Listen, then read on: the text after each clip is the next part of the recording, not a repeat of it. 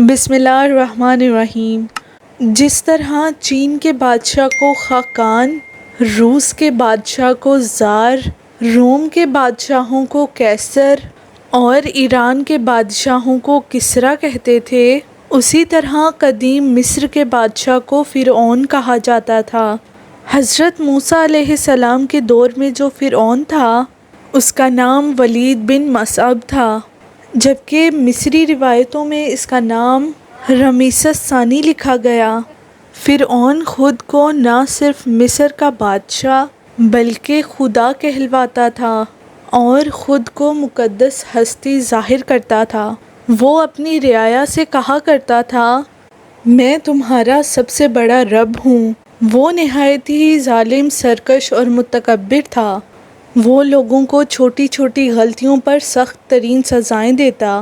فرعون کی حکومت میں بنی اسرائیل کی حالت بدترین تھی۔ ان سے مصر کے تمام عہدے چھین لیے گئے تھے اور ان پر قبطی لوگ بے انتہا ظلم و ستم ڈھاتے تھے۔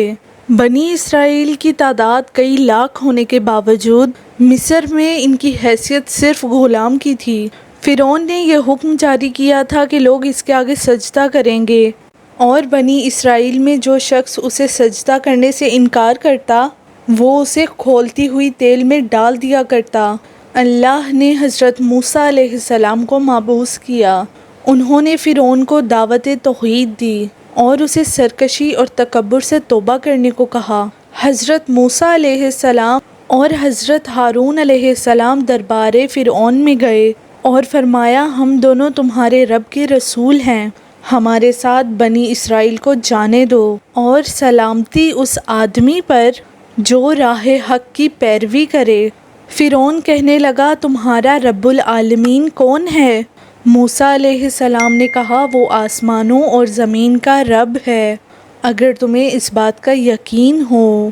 فرعون کے مطالبے پر حضرت موسیٰ علیہ السلام سے اژدہا کا معجزہ بھی ظاہر ہوا، لیکن فرعون کہنے لگا، میں موسیٰ کو قتل کروں گا، وہ اپنے رب کو بلا لے، تم چاہے جو بھی نشانی لے آؤ، میں ایمان لانے والا نہیں۔ لہٰذا اللہ نے فرعونیوں پر ٹڈیوں، جوؤں، مینڈکوں اور خون کا عذاب بھیجا، جو موسیٰ علیہ السلام کی نبوت کی واضح نشانی تھی، جس سے وہ مصائب میں مبتلا کر دیے گئے۔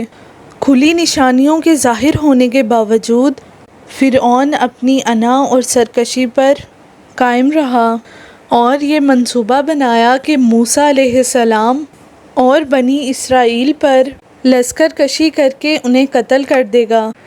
لہٰذا اللہ تعالیٰ نے حضرت موسیٰ علیہ السلام کو حکم دیا کہ راتوں رات بنی اسرائیل کو لے کر مصر سے فلسطین کے لیے نکل جائیں۔ لہٰذا آپ بنی اسرائیل کے ساتھ نکل پڑے۔ ادھر فرعون نے اپنی پوری لشکر کو جمع کیا اور آپ کے تعاقب میں نکل پڑا۔ شام کے وقت تک وہ بحر احمر کے کنارے پہنچ گئے۔ اللہ نے قرآن مجید میں اس تاریخی واقعے کو کچھ یوں بیان کیا ہے، پس انہوں نے صبح کا اجالا ہوتے ہی ان کا پیچھا کیا۔ جب دونوں جماعتیں ایک دوسرے کو نظر آنے لگیں تو موسیٰ کے ساتھیوں نے کہا، اب ہم یقیناً پکڑ لیے گئے۔ موسیٰ نے کہا، ایسا ہرگز نہ ہوگا، بے شک میرا رب میرے ساتھ ہے، وہ ضرور میری مدد کرے گا۔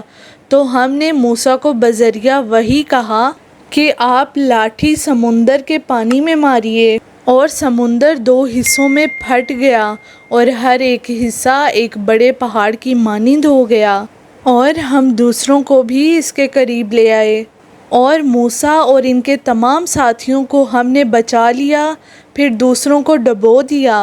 یقیناً اس واقعہ میں ایک نشانی ہے۔ فرعون اور اس کا لشکر پانی میں غرق ہو گئے اور عذاب الہی کا شکار ہوئے، جبکہ اللہ نے موسیٰ علیہ السلام اور ان پر ایمان لانے والوں کو نجات عطا فرمائی، جیسا کہ اللہ تعالیٰ نے قرآن مجید میں فرمایا، اور فرعونیوں کو برے عذاب نے گھیر لیا۔ وہ لوگ صبح و شام نار جہنم میں پیش کیے جاتے ہیں، اور جس دن قیامت آئے گی اللہ فرمائے گا، فرعونیوں کو سب سے سخت عذاب میں داخل کرو۔ مزید اسلامک اور انفارمیٹیو ویڈیوز دیکھنے کے لیے میرے چینل کو سبسکرائب کریں. شکریہ.